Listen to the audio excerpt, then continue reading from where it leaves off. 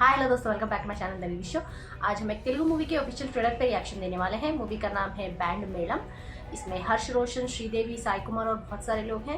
इस मूवी के राइटर और डायरेक्टर है सतीश जव्वाजी और म्यूजिक दिया है विजय बंगनी ने। तो चलिए बिना किसी देर के शुरू करते हैं रिएक्शन।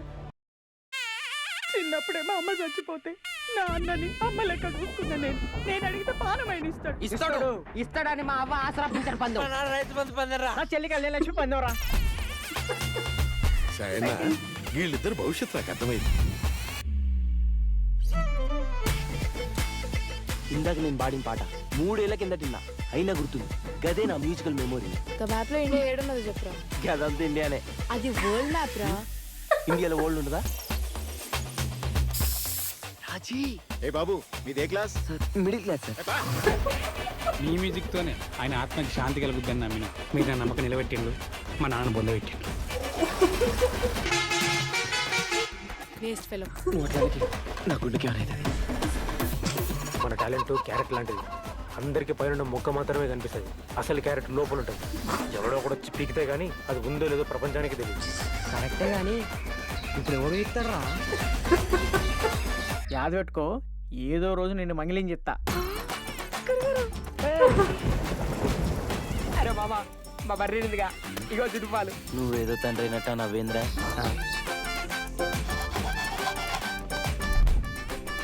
ఏంది బాబు ఇట్లా వచ్చిండ్రు? రాజమ్మని అడిగినీకి వచ్చినావు. దాని దగ్గరే ఉంది అడగనీకి.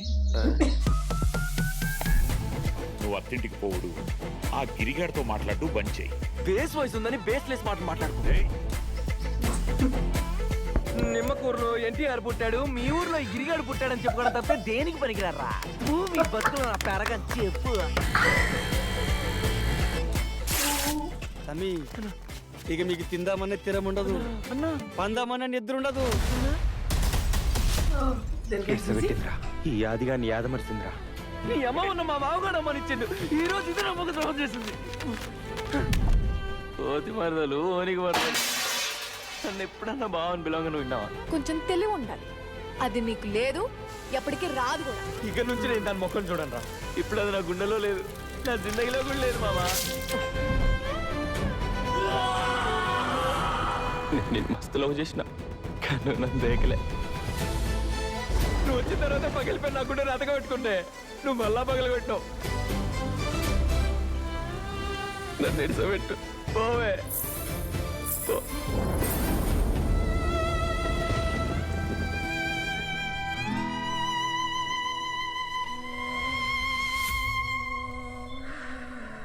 Wow wow.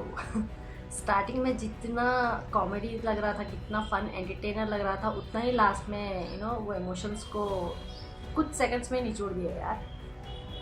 बहुत ही इमोशनल एंडिंग होने वाली है। Like I know it's like अच्छा ही एंडिंग होगा, हैप्पी एंडिंग ही होगा, but while we reach that happy ending phase, बीच में जो कुछ मिनटों के लिए होगा वो मूवी बहुत इमोशनल टर्मोइल की तरह होगा। रो लेंगे इतना लग रहा है, बिकॉज ट्रेलर में ही दिख रहा था कितना वो इमोशंस को चर्न कर रहे थे। रोने की तरह वो फील भी आने वाली थी। सो मूवी में बता ही सकती हूँ कि क्या होने वाला है with all the context and music and everything. But हाँ, वन थिंग, मुझे थोड़ा बैकग्राउंड स्कोर थोड़ा ज़्यादा लाउड लग रहा था, बिकॉज कुछ डायलॉग्स मिस हो रहे एंड कुछ डायलॉग्स बहुत अच्छे लग रहे थे यार। कॉन्वर्जेशन वाइज जिस तरह से वो एक प्रोफेसर पूछते हैं कि तुम कौन से क्लास से हो तो इसे मिडिल क्लास, वो बहुत अच्छा था। लाइक सिचुएशन के हिसाब से जिस तरह से हम क्वेश्चन करते हैं उसका आंसर ना बहुत ही डिफरेंट वे हो जाता है। बहुत अच्छा लग रहा था। लाइक कॉलेज में हो, किस क्लास के बारे में बोल के पूछ रहे तो यू से लाइक मैं 10th में हूँ, 9th में हूँ, ऐसे बोलते हैं, but he is like completely middle class family से। वो अच्छा लगा। एंड लाइक गांव में जिस तरह से इतनी बोल्डली खड़े होके माइक में बोलते रहते हैं कि वो उसके लिए फेमस है और ये गांव मेरे लिए फेमस है, मेरे बिना तुम्हारे लाइक क्या है टॉपिक तुम लोगों के इस गांव के बारे में बात कर रहे हैं, कितने कॉन्फिडेंस से बोलते हैं। एंड वे ही गेस्चर दैट पैरागन चप्पल बोल के रैक बोल के करते हैं। लाइक बहुत सारे अच्छे अच्छे स्किट्स की तरह लग रहे थे, छोटे छोटे, बहुत अच्छे लगे। एंड वो लड़की यार आई नो लाइक जब हमने टीजर देखा था, ग्लिम्स देखा था, वो लड़की उनके ग्रुप में है, उनकी शायद फ्रेंड होगी क्लास में।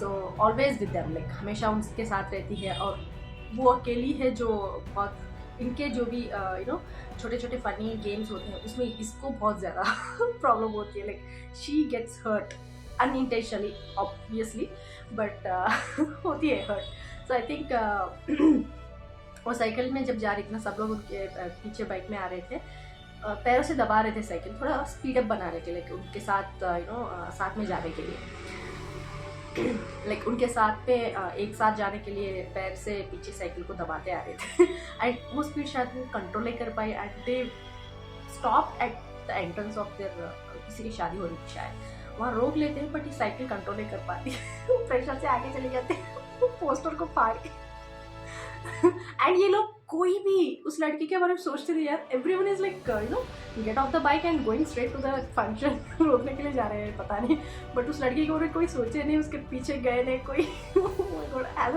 आई वाज सेइंग कि वो लड़की ना अनइंटेंशनली इन सब लोगों के कामों की वजह से टारगेट बन जा रही है, but that's the friendship right.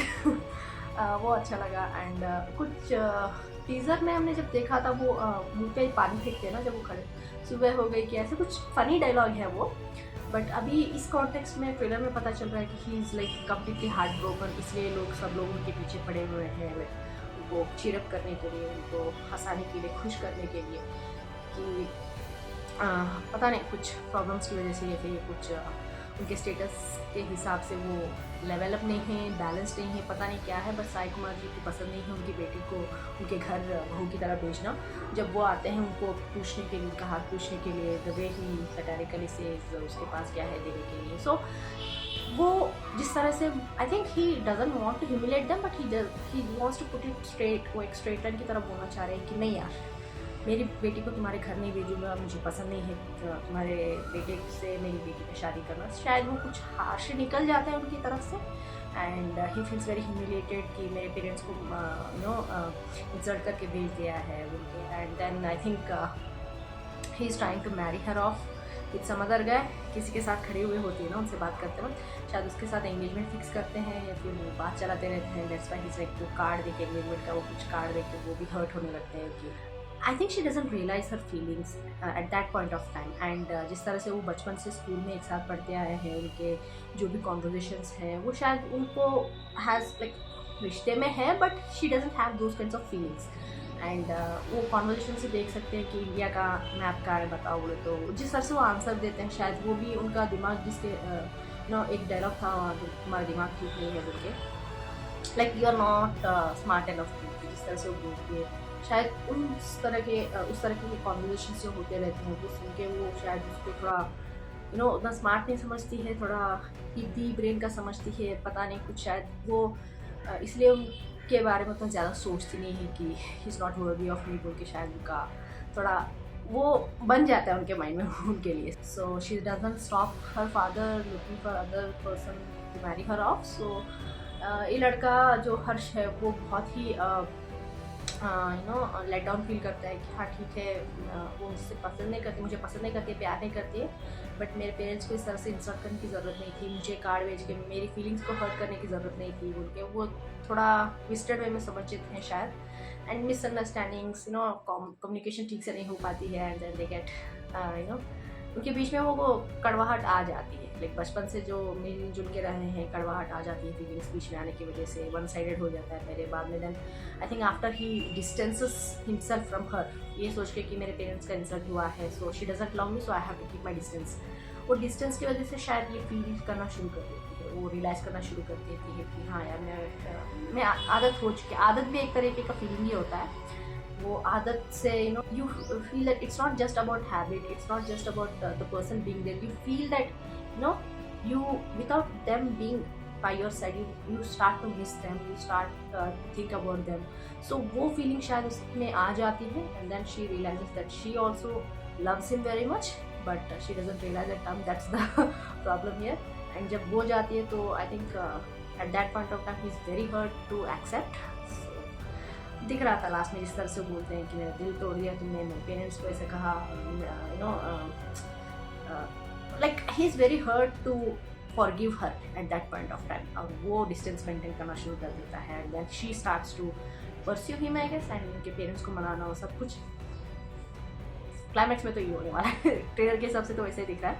अच्छा लगा स्टार्टिंग में जिस तरह से comedy like has a said like मैंने जो वैलेंटाइन स्पेशल ग्लिम्स देखा था, टीज़र देखा था, उससे तो ये मूवी बहुत ही कॉमेडी लग रही थी मुझे। इतना इमोशनल वाइज भी दिखाया जाएगा उनके लगा नहीं था, बट या it's like very kind of वो सैडनेस होगा, emotional turmoil, you will go through that journey that full on, like I am guessing like 70% of the movie will be like complete chaos, like comedy होगा इन दोस्तों के साथ जिस तरह से वो बातें करते हैं, like entertaining बहुत होगा, हंसी आएगी आपको। and then I think last 30% will be about the values, about families, you know, about the connection you have with your parents and love at that age, is it right, is it wrong, so वो सब शायद वो 30% में वो wrap up करने की कोशिश करेंगे।